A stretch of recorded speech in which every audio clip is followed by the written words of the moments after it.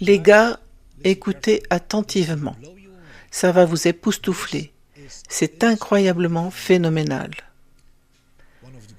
L'un des plus grands criminels de toute l'histoire de l'humanité, fondateur du cartel mexicain, surnommé El Mayo, a été arrêté et condamné à la prison à vie.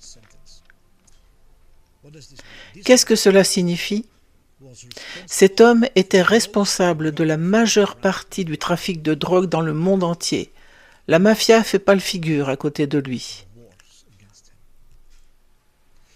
Il contrôlait les gouvernements, l'armée, écoutez bien, c'est hallucinant, et la police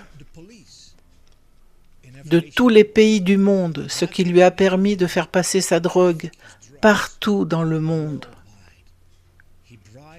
Il a soudoyé, fait chanter, kidnappé, torturé, assassiné tous ceux qui se mettaient en travers de son chemin.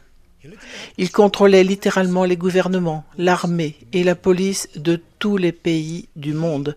Il a fait passer environ... En fait, il a plaidé coupable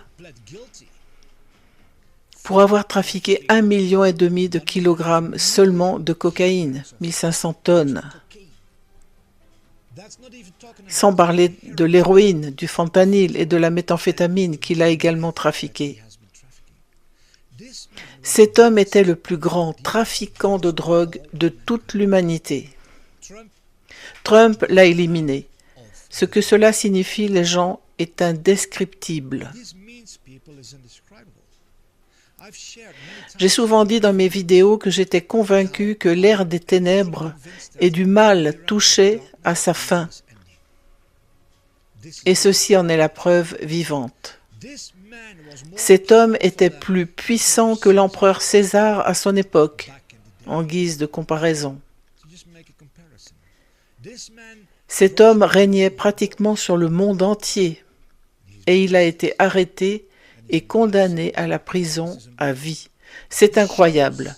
Cela prouve qu'il existe bel et bien une opération militaire White Hat, car seule une opération de renseignement militaire extrêmement puissante peut permettre d'arrêter cet homme.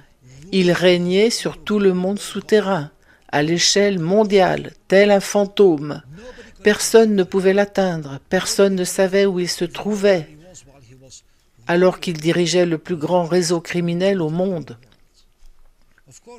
Bien sûr, nous avons aussi les Rothschild, leurs acolytes, et Soros, mais cet homme était l'un des plus grands du royaume des ténèbres. J'espère que vous comprenez que cela ne peut se produire que parce que nous sommes effectivement entrés dans une nouvelle ère, où le mal ne régnera plus sur l'humanité, où un nouvel espoir et un avenir meilleur se profilent à l'horizon. Suivez-moi ici si vous voulez en savoir plus.